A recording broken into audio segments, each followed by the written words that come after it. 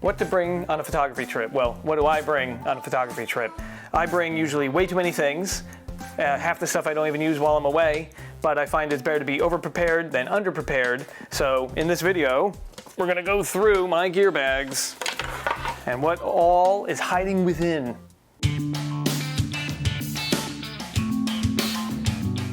Hello there, my name is Chris with KGS Photo, and welcome to the channel.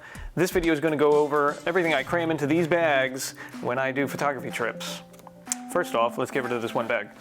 So the bags I have are Peak design bags. I've had a couple of them over the years. I think it's a 20 liter, and this fits underneath seats in an airplane, which is great. You don't have to check it, and it doesn't have to go overhead. So I can pretty much cram one camera body and 3 to 4 lenses with batteries, SD cards, filters, triggers, everything. Right now it's an empty bag. I'm going to show you all the stuff separately. So anyhow, Peak design bag. Ooh, the zippers get crammed up. Cram the body in there. Take this out. Body in there. Make sure you got lots of batteries. Oh, batteries. You want to have lots of batteries and a charger and SD cards and wipes for your lenses and filters. You got to cram it all into this thing. Luckily, this thing, like I said, fits underneath your front of seat, under seat storage on an airplane. So my main camera right now is mirrorless, and I've had it for about half a year. And it's interesting, it's my first mirrorless. I've always had DSLRs. So what's good about it? It's lighter, and it seems to have about the same quality of my DSLR, photo quality. And because I only shoot on Nikon, everything has translated to this camera. I still have my DSLR, but I have the adapter ring, so I can still use my full Nikon F-mount, I think it is, lenses on this. So for the Z6II, Z611, I have the kit lens, which actually is a pretty good lens, not a huge focal range, but 24mm to 70mm, and f-stop as low as, or as wide as 4, which is pretty good, but not great for low light. And 2 card slots. Battery goes pretty quick on mirrorless because of everything being digital on the viewfinder and inside the, just all the technical. So what I do have that's different is I got magnetic filters, which makes it a lot easier than when you're trying to constantly unscrew and screw on different filters when you're doing neutral density and polarizers and stuff like that. So it's not so bad. It's from K&F Concepts, and it doesn't affect the coloring too much that I've noticed, and it doesn't have any weird distortion on the edges. So magnetic, you just got to watch, because the magnet for some of the filters doesn't hold up too good. So if you are walking and bouncing, this might fall off, and then you're screwed because your filter broke. Whatever. So, Nikon Z611II with the magnetic filters from K&F Concepts, I think it's called. Main camera as of right now. My other camera and my heavier one is a Nikon 780 that's taking the video right now. I'll show that after all this other stuff. And let's move on. Next we'll take a look at lenses. We'll look at the other lens I have for the Z, the mirrorless. It's only one other one, but it's huge. And it was on sale, thank God, because it was on sale and I traded in old stuff for it. Otherwise, lenses are more than cameras.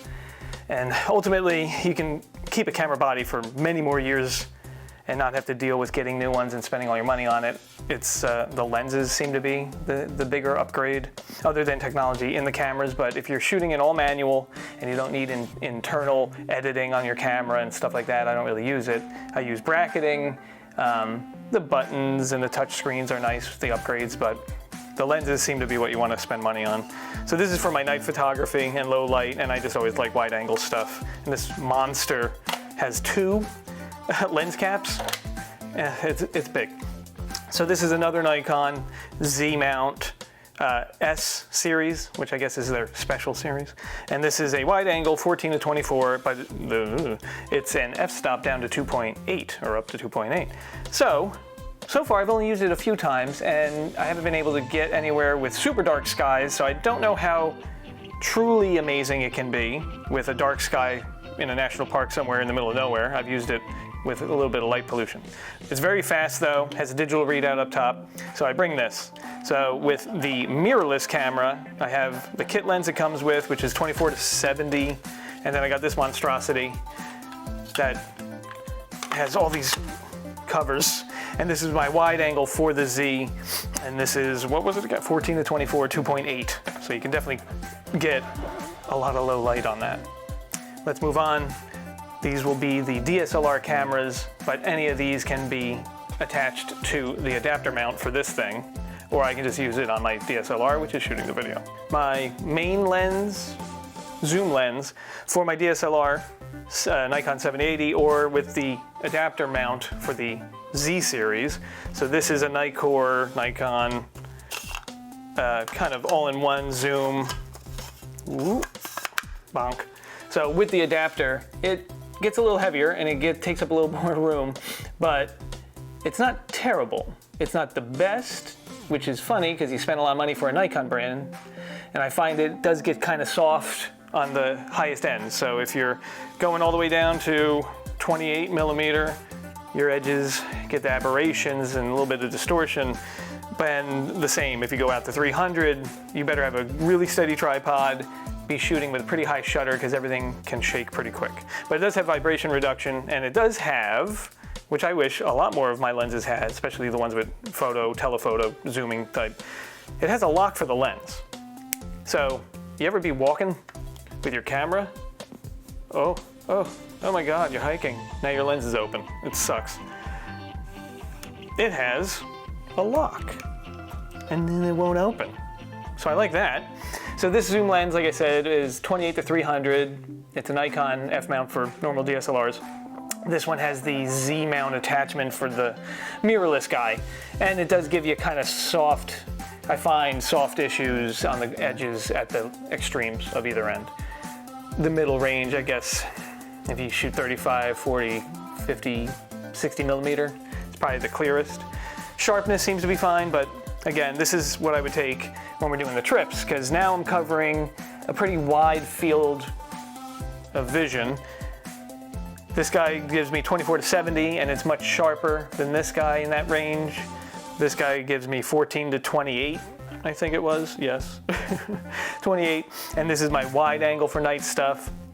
And then this kind of covers 14 to 70, and that's for the mirrorless. If I wanted to go beyond that, I would hit this guy up to that with the attachment, and then I can go from 70 up to 300. Just the quality, as you get further into the 100, 200, 300 millimeter zoom, it's gonna kind of struggle. But it's a good travel lens because whether it's heavy, but attaching it to a DSLR or to the mirrorless, it's gonna be great. So the Z lens, I'm gonna travel with that. Put that over there for the DSLR stuff. The next lens is my wide angle for my DSLR. So I want to have a DSLR wide angle, so I can't use the Z mount on the 780.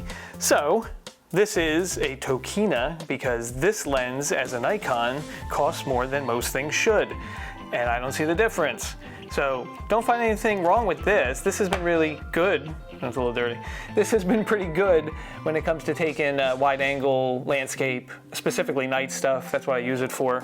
And this is a 16 to 28. So the Z mount is a 14 to 28. This is a 16 to 28. So you're only missing 2 millimeters. Oh my God. But this goes down to 2.8. So I can get lots of light into this lens. It also has a locking mechanism for the focus, so you don't accidentally mess that up. And this attaches to DSLR full frame. Again, you can use this with the adapter and put it on the Z. All the stuff can be adapted over. It makes everything so much heavier, and the autofocus is a little slower because this is coming from Tokina going to Nikon, and heaven forbid you don't buy Nikon. So 16 to 28, 28 to 300, that's for the DSLR, and then for the mirrorless, 14 to 28, 24 to 70. And I got two lenses that give me 2.8 on the f-stop. So lots of light coming in for the wide angle. Now the camera I'm shooting video on is my Nikon D780, and it's a chunky guy. He's not too big, but depending on what lens you cram onto it, it does get pretty heavy. So this is the one I used to always use, but now we go a little bit lighter with the Z6II or 11.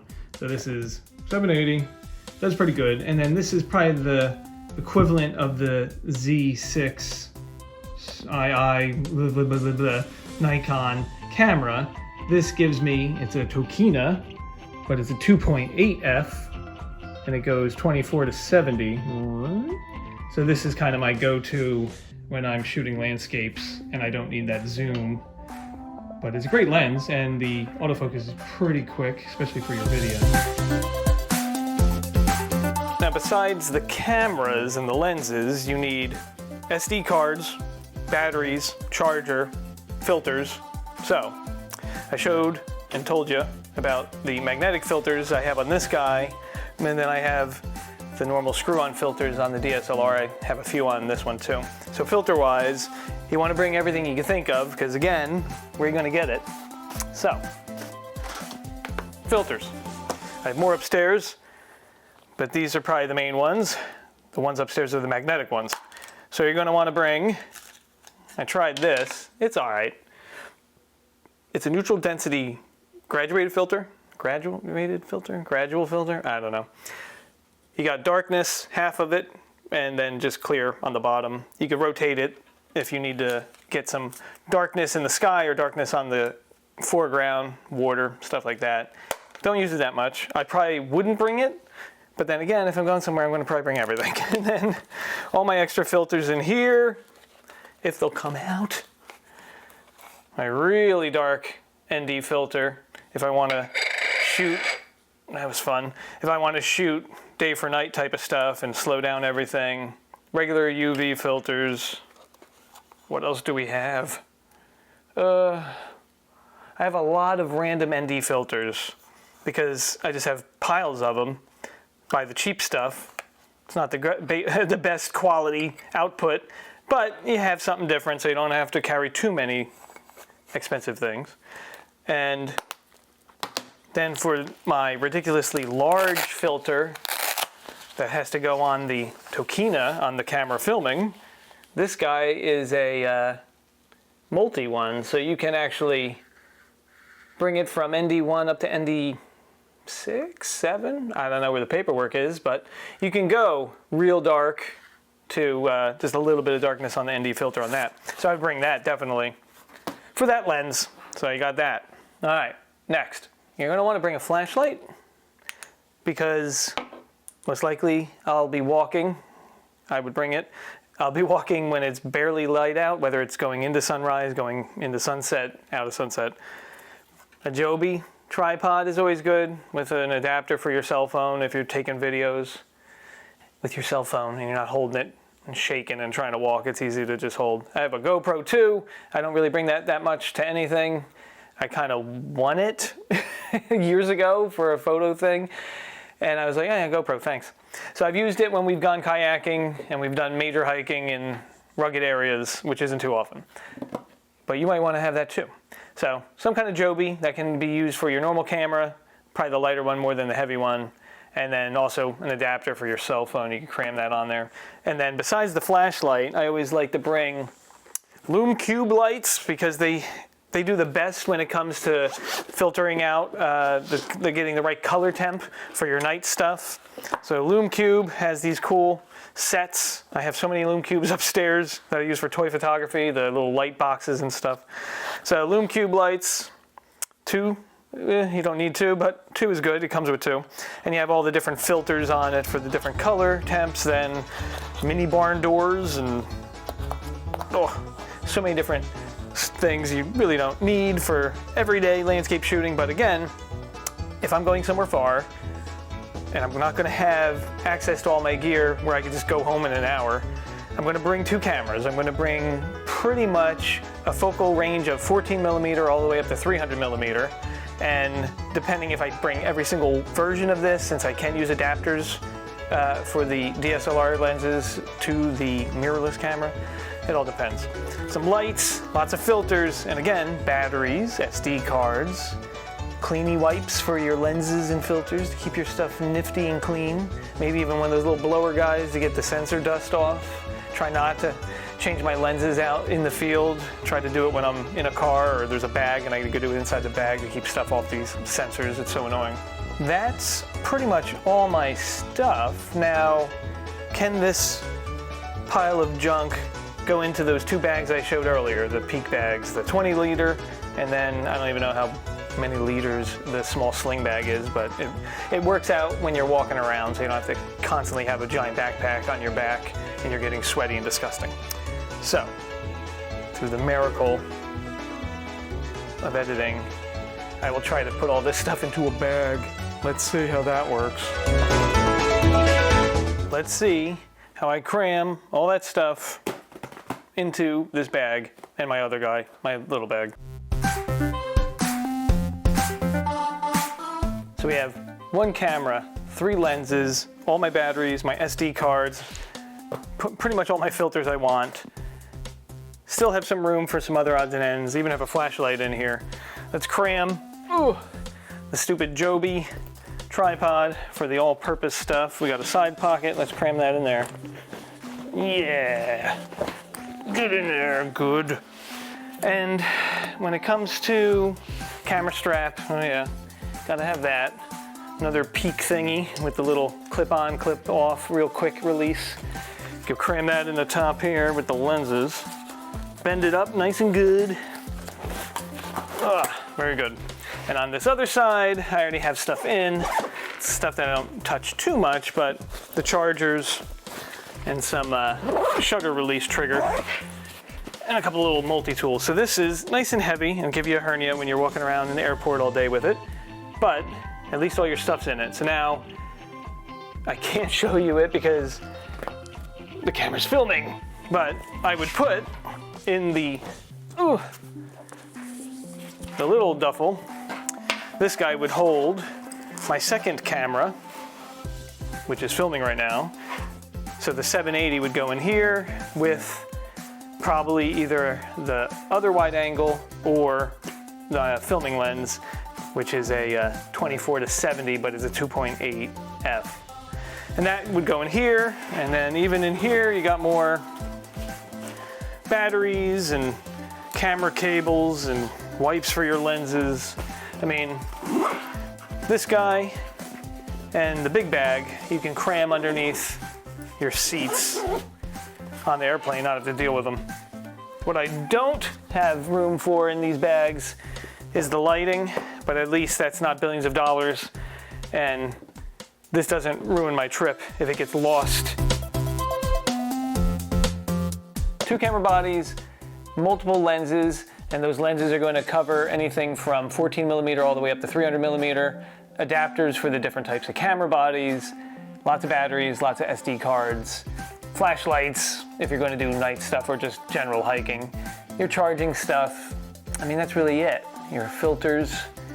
But again, I probably bring too much. But that's what I do. I bring all this stuff. I don't want to travel somewhere and get stuck or screwed because I don't have what I need. Thanks for checking out this video. If you made it through the end, congratulations, you win nothing.